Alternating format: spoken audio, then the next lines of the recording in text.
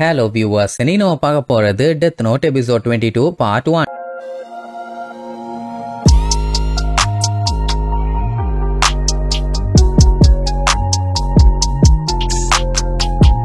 Open பண்ணா போன பாட்டுல நம்ம மீசா அந்த ஹிகுச்சி தான் இப்ப கிராவா இருக்கான்னு சொல்லி பெர்ஃபெக்ட்டா கண்டுபிடிச்சால, அவ்வளவுதான் அவளுக்கு சந்தோஷம் தாங்க முடியல. நான் மாசா வேலையை பார்த்துட்டேன்னு. ஆனா நம்ம எல்லு சுத்தமா சாட்டிஸ்ஃபை ஆகல. இப்போ கிரிமினல்ஸ் ஆகிறது கன்ஃபார்ம் ஆச்சுன்னா ஹிகுச்சிக்கு கிராவோட பவர் இருக்குன்னு கன்ஃபார்ம் பண்ணிக்கலாம். ஆனா இப்ப இவனுக்கு என்ன ஒரு டவுட்னா, மீசா இருக்கால அவ லைட்டுக்காக என்ன வேணாலும் பண்ணுவான்னு அவனுக்கு நல்லா தெரியும். இந்த அளவுக்கு இவ தெளிவா இறங்கி உள்ள போய் அடிப்பான்னு அவன் கொஞ்சம் கூட எதிர்பார்க்கல. அதனால அவ மேலேயுமே இப்ப கொஞ்சம் டவுட் வருது. இப்போ கண்டுபிடிச்சிட்டு அப்படியே விட்டுருந்தா பரவாயில்ல, இந்த எருமை கிரிமினல்ஸ் யாரையும் கொல்லாதேங்கிற மாதிரி சொல்லிட்டு வந்திருக்கா. அப்படி பண்ணிட்டா அவன் எப்படி கொல்றான்னு தெரியாதே. இப்ப அதை கண்டுபிடிக்க வேற ஒரு பிளான் பண்ணுன்னு மண்டைய பிச்சுக்குவான். இங்க லைட் ஷாக்ல ஆமா எப்படி அவன் வாயில இருந்து அந்த உண்மையை வர வச்ச அப்படிங்கிற மாதிரி கேட்பான். வேற என்ன, கிராவா இருந்தா நான் உன்னைய கல்யாணம் பண்ணிக்கிறேன், அது மட்டும் இல்லாம அவன் என்னைய செகண்ட் கிரான்னு நினைச்சுக்கிட்டு இருக்கான் அப்படின்னு பாதிய மறைச்சும் பாதியையும் வளருவான். இந்த கல்யாண மேட்டர் எல்லாம் முன்னாடியே சொல்லிடணும்னு தான் சொல்லுவா. ஏன்னா பின்னாடி லைட்டுக்கும் இவளுக்கும் பிரச்சனை வரக்கூடாது இல்ல, அதுக்காக. ஆனா லைட்டு பச்சை பச்சையா திட்டுவான். அட எரும மாடு, உன்னை இதைத்தானே பண்ணாதன்னு சொன்னேன், ஏன் இந்த மாதிரி பண்ணேன்னு. அதான் அவன் கிரான்னு தெரிஞ்சிருச்சுல, அவனை புடிச்சிட வேண்டியதானேன்னு கேஷுவலா சொல்லுவான். அப்ப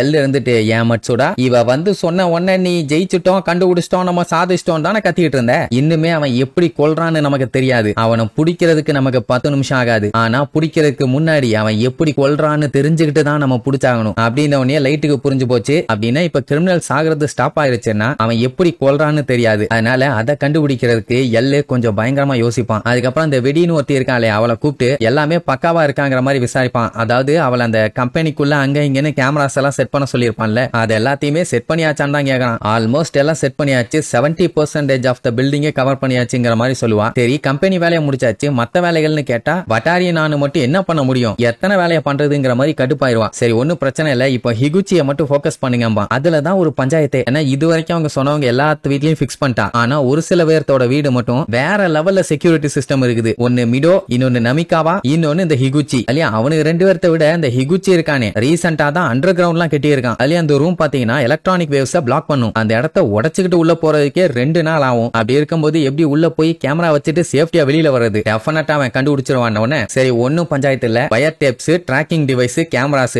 இந்த 3த்தையும் அவன் கார்ல பிக்ஸ் பண்ணுவான். வீட்ல முடியாதுங்கறால. ஆனா அங்கேயுமே ஏகப்பட்ட பஞ்சாயத்து. என்னன்னா அவங்கிட்ட 1-2 கார்ல 6 கார் வச்சிருக்கான். அந்த 6 கார்லயும் வைக்கணும்னா அவன் வீட்டுக்குள்ளதான் போய் ஆகணும். எல்லா கார்லயுமே பக்க வைக்க சொல்லிடுவான். இத கேட்டோன்னு மீசாக்கு தூக்கி வாரி போடும். ஏன்னா அப்படி வச்சிருந்தாங்கன்னா இவளும் அவனும் பேசின விஷயம் தெரிஞ்சிருக்கும். இவ போட்டு தள்ளாலே கிரிமினல், அந்த விஷயமும் தெரிஞ்சு போய் மீசாவை தூக்கி போட்டு பந்தாடி இருப்பாங்க. செஸ்ட் மிஸ்ல எஸ்கேப். அப்போ எல்லு லைட்ட கூப்பிட்டு, நான் மறுபடியும் இதே டாபிக் வரேன்னு நீ கடுப்பாகாத, எனக்கு ஒரு சின்ன சந்தேகம் இருக்குது, அதை கிளியர் பண்ணுன்னு சொல்லிட்டு அவன் தான் கிரா அப்படிங்கிற மாதிரியே கேள்வி கேட்பான். நீ இதுக்கு முன்னாடி எப்படி கொண்டேன்னு உனக்கு ஞாபகம் இருக்கான்னு. அவன் டேய் நான் ஒன்னும் கிரா இல்ல, ஏன் திருப்பி திருப்பி ஏன் பக்கமே திரும்புறேன்னு சொல்லுவானா. நான் கேட்ட கேள்விக்கு மட்டும் பதில் சொல்லுவான். அவன் எனக்கு அந்த மாதிரி எதுவுமே ஞாபகம் இல்லாமா. மீசா கிட்ட கேட்டா எனக்கு ஞாபகம் இல்ல அண்ட் நான் கிராவும் இல்லன்னு காட்டு கத்துவா. சரி ஓகேன்ட்டு எல்லை இப்போ லைட்டு கிட்ட நான் சொல்றத கொஞ்சம் சீரியஸா திங்க் பண்ணி அனலைஸ் பண்ணி யோசிச்சு பாரு, இதை வச்சே கிராவை ஈஸியா கேட்ச் பண்ணலாம் அப்படின்ட்டு சொல்ல ஆரம்பிப்பான். இப்போ லைட்டு தான் கிராவோட பவர்ஸ வேற யாருக்கு வேணாலும் பாஸ் பண்ண முடியும். இப்போ லைட்டுக்கு கிராவா இருந்தது ஞாபகம் இல்ல. இதெல்லாம் வச்சு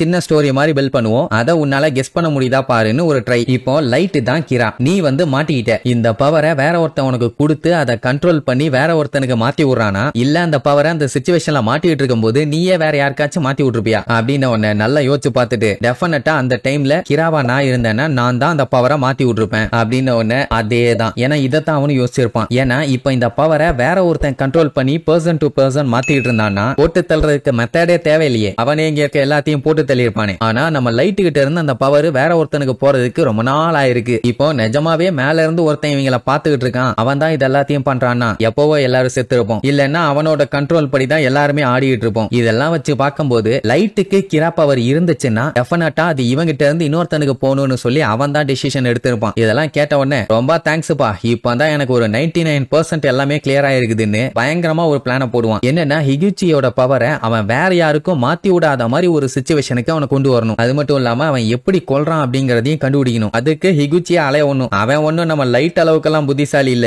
ஈஸியா மாட்டிக்குவான். அதுக்கு அதுக்காக இவங்க போட்ட பிளான் தான் சாக்குரா டிவில ஒரு ஹிடன் ஷோ ஒன்னு நடத்த போறாங்க. அந்த டிவில ஆல்ரெடி ஒரு ஷோ இப்படி போயிட்டு இருக்குது.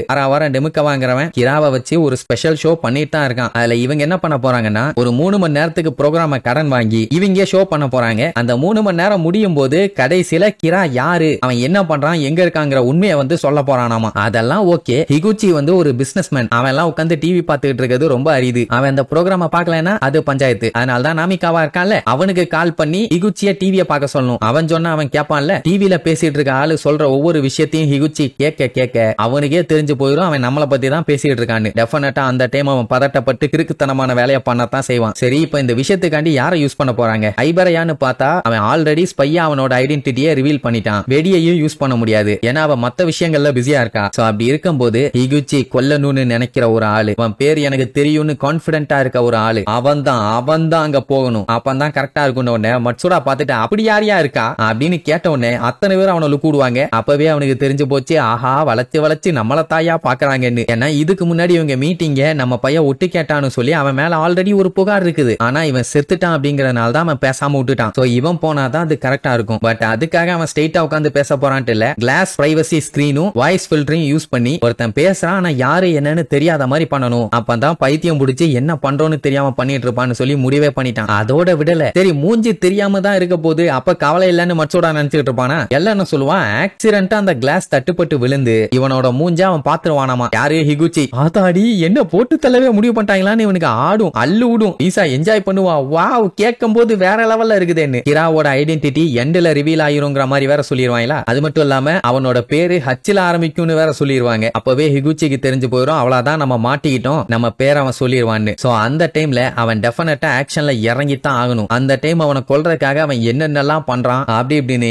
எல்லாத்தையுமே பக்காவா கண்டுபிடிச்சிடலாம். பஞ்சாயத்து ஓவர். ஆனா இதுலயும் ஒரு பயங்கரமான பஞ்சாயத்து இருக்குது. இப்போ அவன் மூஞ்சும் பேரும் தெரிஞ்சு அதை வச்சு அவன் கொன்னான்னா okay. If in case second கிரா மாதிரி மூஞ்ச பார்த்தவனே அவனால கொல்ல முடியும்னா டெஃபினட்டா மட்சுடா செத்து போயிருவான். உடனே அட கொலகார பாவிகளான்னு அவனுக்கு அல்லு விட ஆரம்பிச்சிரும். அப்போ லைட் என்ன சொல்லுவான்னா, ஒன்னும் கவலைப்படாத, அவனுக்கு மீசா வேணும். இப்ப வந்து அவன் யாரையும் கொல்ல மாட்டேங்கிற மாதிரி சொல்லி வச்சிருக்கான். இந்த டைம் அவன் இவனை மட்டும் கொன்னுட்டான்னா மீசா கிடைக்க மாட்டான். அதனால பயப்படாத மட்சுடா, நீ பண்றியா இல்லையான்னு ஒரு 2 இருந்து 3 நாள் டைம் எடுத்து யோசிச்சு சொல்லு அப்படிங்கிற மாதிரி சொன்னோன்னே அப்படியே உதறும் அவனுக்கு. அதுக்கப்புறம் வந்து நின்னுட்டு 2 நாள் 3 நாள்லாம் ஒண்ணு வேண்டாம், நான் கன்ஃபார்மா பண்றேன்பா. சோ இப்போ சாவ தொட்டு பார்க்க மட்சுடா தயாராயிட்டான். இனி இதுக்கப்புறம் அந்த ஹிகுச்சி கிறுக்கு பையன் என்னென்னலாம் கிறுக்குத்தனம் பண்ண போறான்னு அடுத்தடுத்த எபிசோட்ல பார்க்கலாம். டாடா.